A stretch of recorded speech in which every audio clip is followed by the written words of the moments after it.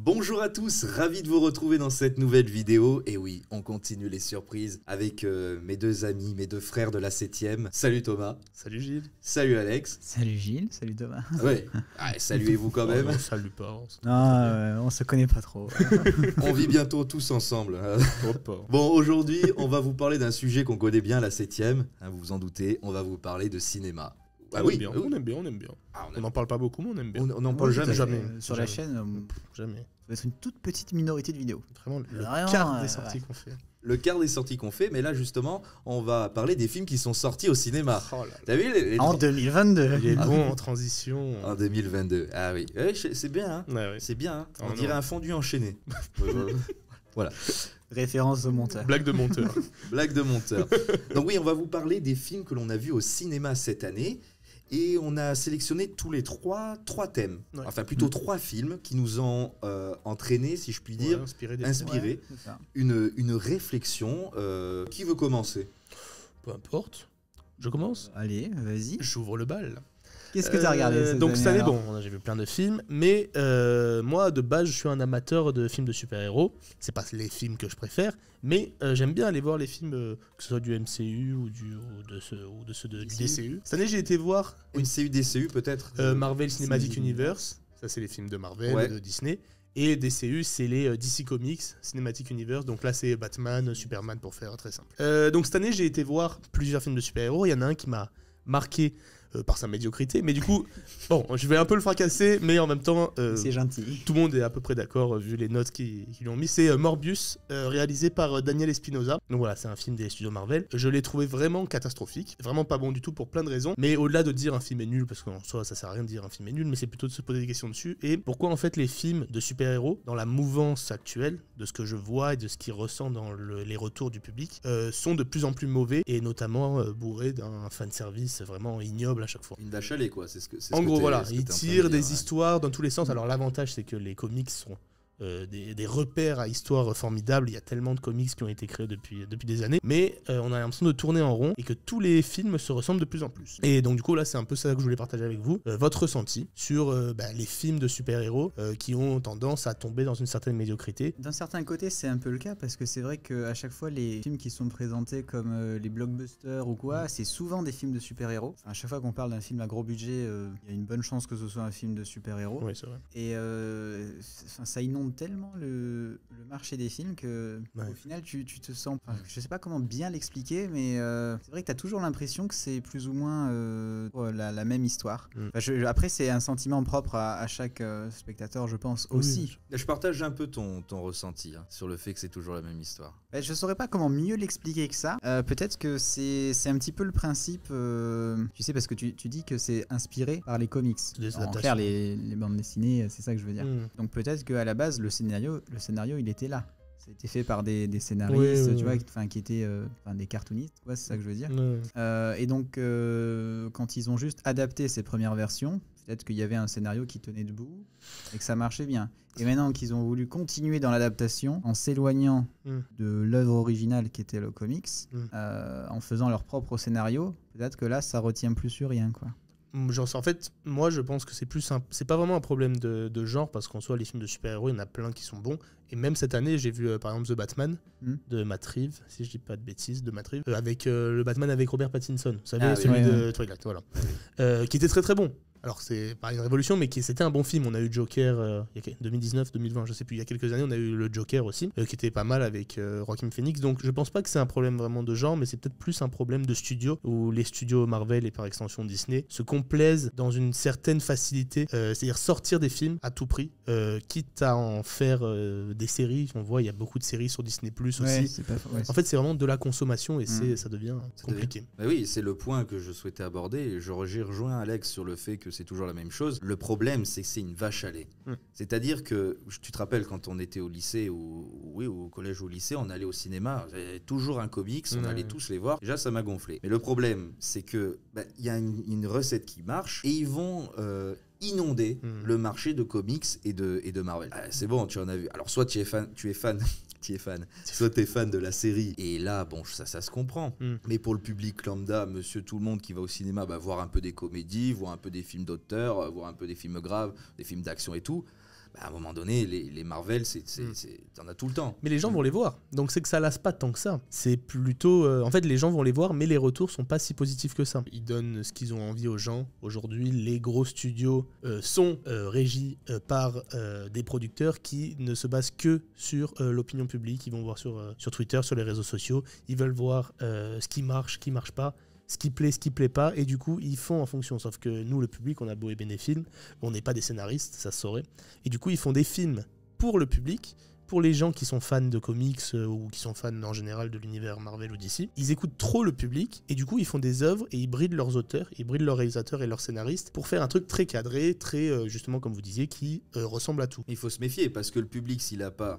Il gueule quand il y a trop et que c'est mauvais, mais s'il a pas, il gueule aussi. Hein. Oui, mais je pense que le public serait attiré par un truc qu'il ne maîtrise pas. Si tu vas voir toujours le même film, même si c'est ce que t'aimes, c'est pas forcément, ça fait pas forcément évoluer ton envie du cinéma, tes plaisirs, tout ça. Alors que quand tu vas voir une œuvre, qu'elle soit mystérieuse ou juste inédite et inattendue, mine de rien, ça pousse un petit peu ton curseur d'appréciation. Et donc, mais regarde Avatar. Ouais, mais là, on est sur... Oui, là, on est sur autre chose. Là. Oui, non, mais oui. Le mec, c'est James Cameron, c'est un réalisateur de films d'auteur à gros budget. Là, tous les gars qui sont à la tête de ces films, Daniel Espinosa, j'ai beaucoup de respect pour lui, mais je sais pas c'est qui. Alors que James Cameron, c'est vraiment un auteur. Il y a un débat, enfin un sujet qui mériterait d'écrire un bouquin, c'est vrai, hein, sur la recette du cinéma, l'offre et la demande dans le cinéma, parce que c'est clairement ça. Hein. Ah oui. C'est clairement ça. Il y en a trop, on s'en lasse. Si on n'a pas assez, on râle. C'est clair. L'offre et la demande. Alors oui, et alors comment bien faire? Alors là, j'ai pas de transition toute faite là.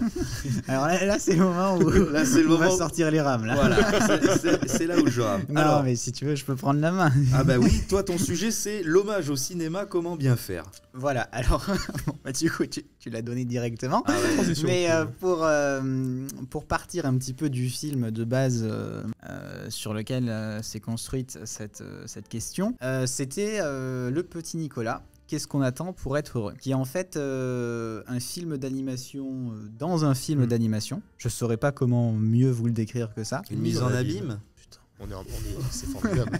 Certes, d'accord. Ah, si vous avez été anglais, vous auriez dit Inception, ok, c'est ça. Oui. Donc, ok, très bien. Mais ce que je veux dire par là, c'est qu'il y a vraiment de l'animation sur deux plans. C'est deux types d'animation différents. Ça raconte les histoires du petit Nicolas par l'histoire du petit Nicolas. Alors bon, encore une mise en abîme, ok, mais enfin, analysez bien la phrase que je veux dire. Ça montre pourquoi il fait telle ou telle action. Parce que c'est en relation avec ce qui se passe dans la vie des auteurs. Donc Le Petit Nicolas, qu'est-ce qu'on attend pour être heureux? C'est un film d'Amandine Frédon et Benjamin Massoubre. Et justement, c'est beaucoup axé, du moins une grosse partie, sur cette nostalgie. Parce que y a toute l'histoire de Goscinny et de Sampé. Et du coup, moi, ça m'a réellement touché. Parce que j'avais une petite histoire avec le petit Nicolas. Quand j'étais petit, je lisais les livres. Et ça a touché aussi une grande majorité de spectateurs. Mais à l'inverse, j'ai vu des spectateurs qui marquaient clairement dans les critiques ça m'a gavé, je me suis ennuyé au bout de 20 minutes. Ce qui n'est pas du tout écrit de mon cas. Et je me suis dit, comme c'est plutôt un film hommage, en fait, au cinéma, comment bien faire un hommage? Enfin, ça passe par un art, que ce soit l'écriture, la poésie... la photo, le dessin surtout, qu'est-ce qu'il y a eu comme dessin pour montrer des hommages. Et le cinéma, c'est vraiment le 7e art, un art qui a ses propres codes, qui peut faire des hommages, mais comment? Et c'est un petit peu la question que je me posais, parce qu'en vrai, je sais pas trop y répondre. Ça dépend de comment tu veux ressentir ton hommage. Si tu veux une certaine poésie, ou si tu veux peut-être un truc plus proche du réel. Moi, je sais que un film hommage, s'il est pas proche du réel et de ce qui s'est passé, ça me sort du film et ça m'énerve. Tu vois, je donne un exemple tout simple. Cette année est sorti Elvis, de Baz Luhrmann, et un peu dans la même idée, il y avait eu Bohemian Rhapsody, le film sur l'histoire de Queen, mais surtout sur Freddie Mercury. Elvis, c'est sur l'histoire d'Elvis Presley. Oui, certes. Mais, et ces deux films, on enlève les qualités d'acteurs qui sont indéniables de tous les acteurs qui sont dedans, les qualités des réalisateurs, tout ça. C'est des films qui sont malhonnêtes pour moi parce que ils travestissent l'histoire réelle de ces icônes de la musique pour créer des héros. C'est-à-dire qu'on gomme absolument tous les pires côtés de Elvis, tous les côtés de Freddie Mercury sur sa maladie. Alors là, c'est pas ses pires côtés à Freddie Mercury, c'est la face plus la face plus sombre. Voilà, c'est ça. Triste, pour pouvoir faire un truc grandiloquent, pour pouvoir iconiser des personnes, mais ces gens-là qui étaient des icônes, mais ils n'étaient pas sans défaut. Et donc pour moi, pour revenir un peu à ce que tu dis, un film hommage, sa première qualité, c'est qu'elle soit vraiment proche du réel et qu'elle soit fidèle à ce qu'on a connu des personnes qui sont dépeintes. Tu vas pas faire un film montrer la face sombre des artistes. en montrant la façon des artistes, tu vas décevoir le public que tu touches. Oui, mais le public, il faut qu'il soit conscient que quand il adule tel ou tel artiste pour des raisons, c'est pas une personne formidable qui fait que des choses bonnes. Là, on va sur un autre. Oui, mais du coup, ça joue. On va sur un autre débat qui est. Enfin, voilà, non, mais du coup, pour moi, ça joue vachement. C'est-à-dire que le film, si il travestit la réalité pour faire plaisir au public, justement, et on en revient tout à l'heure, est-ce qu'il faut forcément que faire plaisir au public dans tes films ou être plutôt proche d'une véracité? Parce qu'en gros, si tu mens pour... Tu mens pas. Là, il ment pas par forcément. omission. Voilà. Ben, on est d'accord. Oui. Mais enfin, tu non, vas mais pas c'est ce qu'il est en train de dire. C'est pas mentir en mode je montre quelque chose de purement factuellement faux. Il y a des choses qui sont des mensonges dans certains de ces films-là. Hein. Ah, peut-être aussi. Mais alors pourquoi tu montes pas Elvis aux chiottes? Non, c'est un peu provocateur. Mais bien sûr. Mais tu vois, par exemple, dans le film de Baz Luhrmann, le Elvis, de ne pas du tout parler des points noirs et de la face sombre d'Elvis et de juste mettre l'accent sur le fait que le colonel Parker, donc là c'est vraiment pour ceux qui ont vu le film et qui connaissent l'histoire d'Elvis, soit une personne vraiment qui détruit sa vie, alors que vraiment Elvis avait ses parts sombres aussi, notamment avec les jeunes filles, tout ça. Cacher les parts sombres uniquement pour pouvoir plaire au public de base, c'est trahir déjà la personne à qui tu rends hommage, mais trahir le public. Mais non. Parce que tu le prends pour un imbécile. Mais après, si de manière générale, parce que c'est vrai que de base, j'avais pas trop de réponses à cette question. On a quitté le petit Nicolas là. Oui, non, mais c'est vachement intéressant. Mais en soi, j'avais pensé effectivement à ces deux facettes-là. C'est-à-dire à la fois la facette côté film, réalisateur, producteur, scénariste, etc. En mode, qu'est-ce que je dois mettre dans mon film pour bien rendre hommage ? Est-ce que c'est intéressant que je mette la scène où il mange un steak réchauffé dans un micro-ondes? Est-ce que je vais privilégier certaines scènes ou pas? Parce qu'il faut bien savoir que le cinéma aussi a ses propres codes. Si je parle de cinéma, je parle pas forcément de vidéo. C'est pas la même chose. Et d'un autre côté public, est-ce que, toujours en rapport avec ce que je viens de dire, c'est-à-dire que le cinéma a ses propres codes, est-ce qu'il faudrait pas l'intégrer? C'est comme l'adaptation d'un livre, si tu veux. Le livre, tu t'es fait une propre image quand tu l'as lu. Et quand tu vois son adaptation au cinéma, comme il faut couper des trucs, comme il faut adapter, hein, c'est le mot, c'est vrai. tu te dis, ça correspond pas tellement à ce que je m'étais fait dans la tête. Et c'est peut-être pareil dans les hommages. Donc en vérité, je sais pas trop. Mais c'est quand même une question qui mérite d'être posée parce que, de base, quand on aime quelqu'un, généralement on va voir des hommages aux personnes qu'on aime, hein, d'ailleurs. Hein. Oui. Et on aimerait toujours que ça soit bien fait et qu'on s'ennuie pas, qu'on aime bien le film. Voilà. Ouais, oui. C'est un sujet encore une fois sans fin. Et tu parlais du livre, tu dis voilà, je me fais mes images et puis un an ou deux après tu vas voir le film. C'est pareil pour le film dont je vais vous parler. J'ai vu le film il y a un an et puis je suis allé voir son remake. Pour les plus anciens, ils y sont allés à sa sortie, je sais plus laquelle année. On va vous parler alors d'un film que j'ai... je vais vous parler d'un film que j'ai vu. J'ai vu Le Nouveau Jouet. Voilà. Alors, qui l'a réalisé? Je ne sais plus. James Hutt. Par James Hutt. C'est celui qui a fait Brise de Nice. Ah ouais, Brise de Nice, j'aimais bien, c'était rigolo. Donc, je suis allé voir ce film et je me suis dit, je vais le dézinguer. Parce que... quel film, pardon, je vais vous le dire tout de suite, c'est Le Jouet. Et donc ce film, ça raconte quoi? C'est l'histoire d'un mec qui est un peu... C'est l'histoire d'un mec qui est un peu paumé et qui se retrouve, je ne sais plus comment, il est à la compta, il me semble. Non. Oui, il travaille dans les bureaux, je crois. Oui, il travaille dans les bureaux et un jour, il est au supermarché avec... ça fait longtemps que j'ai plus vu le premier jouet. Il est au supermarché et là, il y a le fils de son patron qui arrive, il le voit, il le voit et il lui dit je veux ça comme jouet. Bon, après il y a tous les caprices et puis Pierre Richard va se lier d'amitié avec ce petit garçon. Et donc là je vais voir le remake et je me dis je vais le dézinguer parce que Daniel Auteuil qui est un très bon acteur, Jamel Debbouze qui est un très bon acteur de comédie aussi, et je voyais mal Jamel Debbouze se mettre à la hauteur comique gestuelle de Pierre Richard. Et je suis ressorti. J'ai bien aimé. Alors, est-ce que je suis extrêmement bon public? Je sais pas. Je l'ai trouvé vraiment bon. Daniel Auteuil, parfait dans son rôle, d'une froideur exceptionnelle, des dialogues au couteau.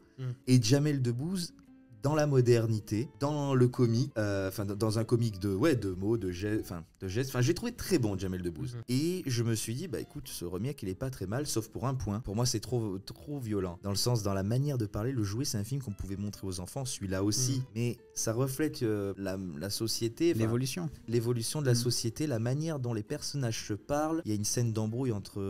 alors, excusez-moi, il s'appelle Samy dans le film, il me semble. Ouais, Samy et sa femme.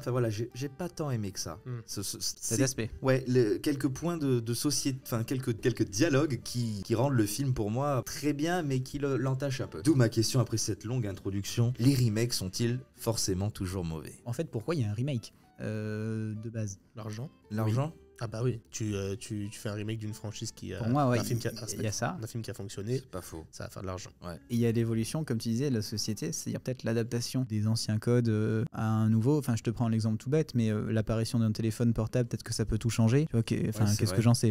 Mais dans je le suis film, pas scénariste. il y a la technologie qui est très présente. Eh ben voilà, tu vois, je n'ai même pas eu Non, mieux, mais mais oui, c'est ce que je te disais. Donc pour moi, ça peut être un peu les deux raisons, mais on se dit, au final, ça a déjà été fait une fois, ça a bien marché. Enfin, moi, je pense que on se dit, mais en fait, c'est trop simple.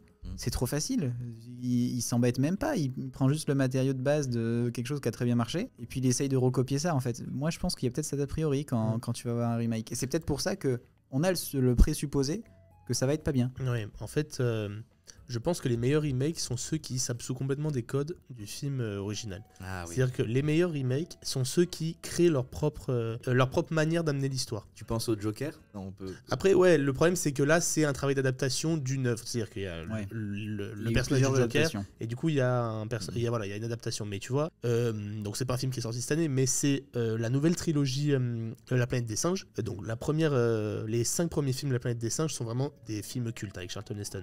C'est vraiment des films exceptionnels qui ont vraiment marqué l'histoire du cinéma. Et le danger en faisant une nouvelle trilogie, c'était de repomper un petit peu ça. Mais sauf qu'ils l'ont expliqué d'une manière différente. Ils ont amené un autre point de vue avec de nouveaux personnages. Alors à part forcément César, voilà, tous les personnages qui sont très codés dans cette histoire, qui est adaptée d'un livre aussi d'ailleurs. Mais ils l'ont expliqué d'une manière différente. Et du coup, le remake se laisse voir. Et je pense qu'ils sont même meilleurs. Les 3 nouveaux films sont encore meilleurs que les anciens, tu vois. Avec la technologie qui a augmenté. Mais il y a des contre-exemples, tu vois. Cette année, je vais encore taper sur Disney, mais j'ai vu le remake du Pinocchio. Ah, oui. Vraiment, c'était une C'était horreur. pas bien. Non, et pourtant, Pinocchio, c'est mon Disney préféré, vraiment de loin, celui des années 40. Et ils ont fait un remake qui est vraiment horrible. Parce qu'en fait, c'est comme ils avaient fait le remake du Roi Lion, le remake de La Belle et la Bête. Disney, Ils font exactement le même film. Et ils apportent des petits trucs qui sont des fois inutiles, des fois pas forcément inutiles. La technologie, ils apportent. Ouais. Oui, mais alors ça peut être un point positif. Mais si tu sais pas utiliser cette technologie-là, ça sert à rien. Crée un autre film. Tu vois, là, dans cette idée-là, ils ont fait le remake. Donc, ils ont pas fait le remake de l'œuvre de base de Carlo Collodi, de Pinocchio de base. Ils ont fait le remake de leur propre film. Tu vois? Alors que, par exemple, Matteo Garonne, qui a fait un Pinocchio adapté de l'œuvre originale, ou là, Guillermo del Toro, il va en faire un aussi. Ben là, c'est intéressant parce qu'ils apportent autre chose. Mais faire un remake d'un film que tu as déjà fait, pour moi, c'est. Ouais, c'est encore j'ai l'impression de le dire à chaque fois qu'on termine nos interventions sur les films. On pourrait en parler des heures, mais c'est encore un sujet passionnant sur les remakes, sur les super-héros et sur les hommages. D'ailleurs, les remakes et les hommages, pour moi, il y a quand même oui, tout à fait. un lien. Du moins, il y a une référence. Quand tu remake, hommage. En tout cas, généralement, on le présente comme ça. Oui. Parce que sinon, comme je t'ai dit, on va penser que c'est juste pour de l'argent ou par facilité. Merci à vous qui nous avez suivis. En tout cas, si vous avez des films qui vous ont marqué cette année, bien sûr, vous nous voyez venir. On vous attend dans les commentaires. On voulait vous parler d'Avatar. Ah ouais. Oui, mais bon, on a un souci de timing. Hein. Là, on est le 6 décembre, il n'est pas encore sorti. Je pense qu'on l'aura vu d'ici là. Donc peut-être que là, actuellement, il y a une analyse à chaud qui est sortie ou autre chose, j'en sais rien. On en reparlera de Avatar 2 parce que c'est vraiment un film qu'on attend énormément. Je crois tous les 3, on l'attend énormément. Merci de nous avoir suivis. N'hésitez pas à vous abonner, à partager, à commenter, à mettre la cloche. Les réseaux sociaux, Facebook, Instagram et Twitter. Le plus important. Et Twitter, comme toujours, qui va devenir le running gag. Le running de la 7e. Merci de nous avoir suivis. On se dit à très bientôt. Salut!